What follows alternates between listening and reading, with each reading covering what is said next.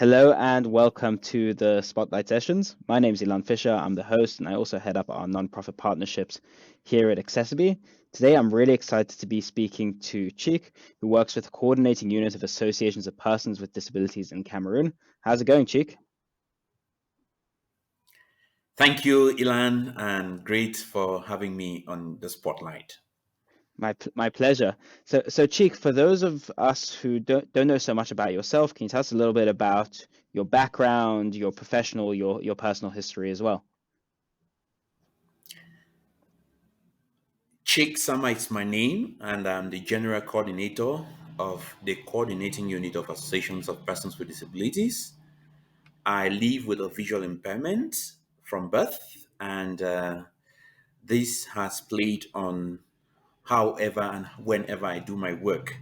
So I have gone through school in very challenging situations, and that's one of those things that is leading me to advocate for persons with disabilities.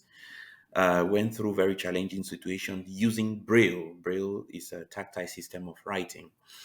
So I've gone up to having a bachelor's in political administration, and I have had a series of training around advocacy, group dynamics, community-based rehabilitation, lobbying, and organizational development.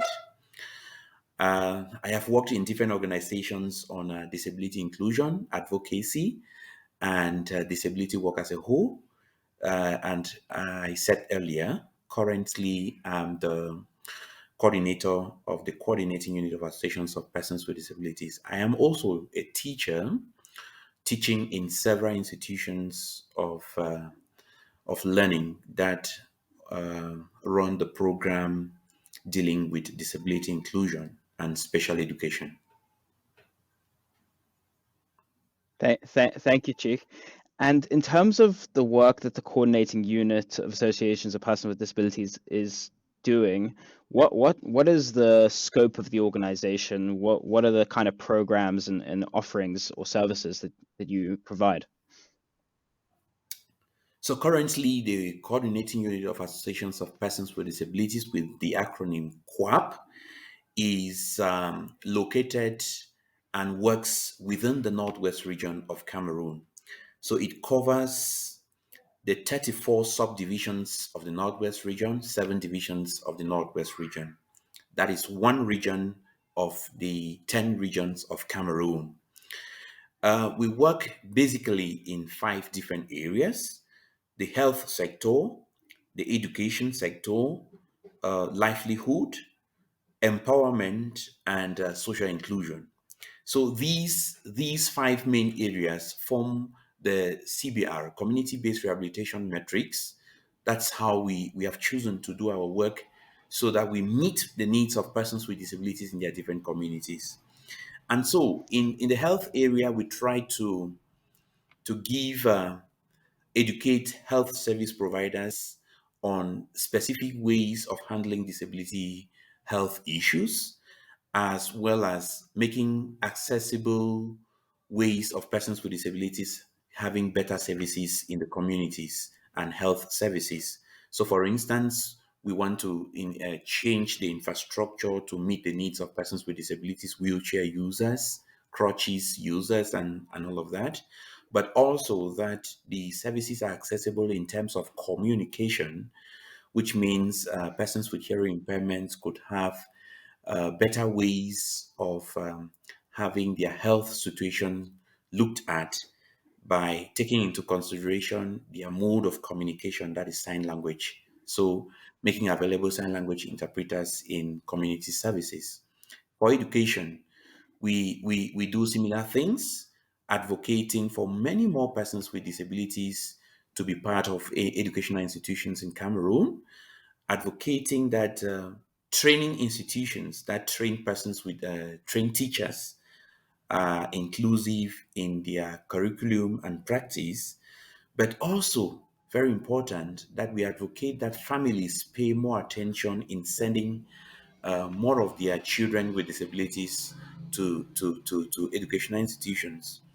We must highlight here that less than 15% of the 300,000 persons with disabilities in the Northwest region have not gone to school. And so it's within Wow. our mandate to make sure that these persons go to school. In the Wow. livelihood sector, all right, that's fine. No, no, I wanted to hear more. I was just astounded by that statistic. So I want to Okay, hear okay. So more of your scope.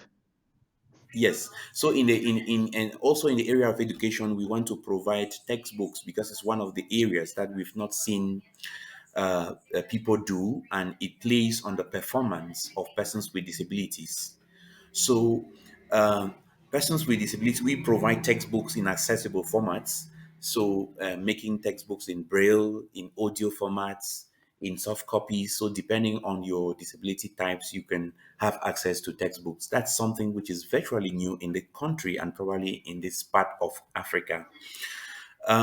In the area of livelihood, we try as much as possible to see that we encourage more persons with disabilities to get involved in income generating activities, small businesses. And I can assure you that 80% of the disability population of this region depend on small business holdings, if at all they have one. Um, so by that, we do a lot of trainings around training persons with disabilities on how to start and manage small business holdings. But most importantly, we want to get persons with disabilities have access to microcredits. It's very challenging to have that one, but we are doing a lot of advocacy to see that many more persons with disabilities are engaged in small microcredits. These we have developed a new strategy, which is the village savings and loans, which is about building persons with disabilities together to develop.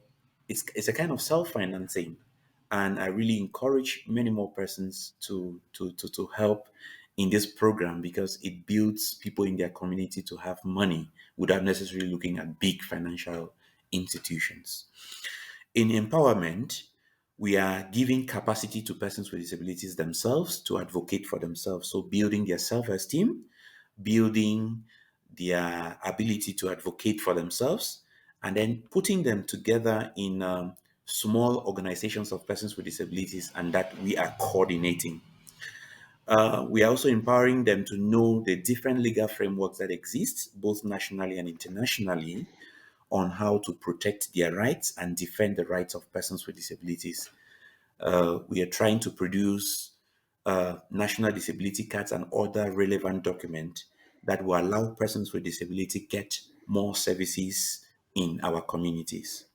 For social inclusion, we make sure that persons with disabilities get involved in sociocultural activities and sporting and leisure activities where they get involved with other community members. So, cultural dances, they are also part, sporting events, they are also part, and why not win trophies and exhibitions, they are also part, just so that persons with disabilities don't feel like they are living in a special world, but that they also understand that they are part of our community and need to have equal opportunities just like every other person. One thing that I must highlight to end this is that we have recently developed a research part of our work so that many more persons know a lot of things that are happening in disability and know the gaps that exist in our community in order to address them. So, research is a major part of our work. And in not distant from now, we are working towards establishing a research department for the organization. Wow, Chick, you're doing a phenomenal amount of work and the scope. Thank you very much for very well articulating that. One of the things that really stuck out for me is your need and your strive for more financial independence. And on the spotlight sessions, we have a lot of business owners or people within the business community who are listening and getting advice on how they can really increase their diversity, equity, and inclusion and accessibility. So if you had a message to the business community, it could be in your local business community or the wider business community to really cater more to people with disabilities, what would that message be?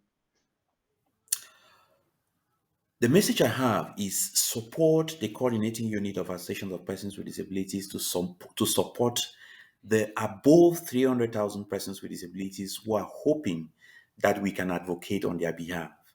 And by these is supporting these 5 different areas they have talked about and giving us the capacity that we need. We've not had the capacity that we require to cover the entire region. But if you give us the capacity to support the health sector that I talked about, the education sector that I talked about, empowering persons with disabilities, giving them opportunities to create competitions in sports and sociocultural activities, then you would have done a lot. But most importantly, invest more in giving business and economic opportunities to persons with disabilities by giving them access to microcredits. Absolutely, and a very strong, strong mission. And for the viewers who want to support and get in touch with you and get in touch with the coordinating unit of associations of persons with disabilities, how could they get in touch with you? Yeah, the coordinating unit of associations of persons with disabilities is located in Bamenda, head office at Nacho Street. But our contacts email is coordinating CUAP. CUAP is CUAPWD 2008 at gmail.com. And then we have our website www.quapsenco.org. www.quapsenco.org. Senco is spelled CENCO. If you get to this contact using our emails and to our website, then you will see a little more about what we are talking about and how then you can support us using the different aspects. Amazing. So Chick, I'm going to write that really in our show notes when this becomes published. Again, I wanted to thank you for, first of all the work that you're doing for the 300,000 peoples with disabilities in Cameroon, but also just what you're doing in wider society, the educational work. And I'm very grateful to be having this conversation, and I look forward to our next one. Thank you. Thank you. Thank you so much. Thank you. Thank you.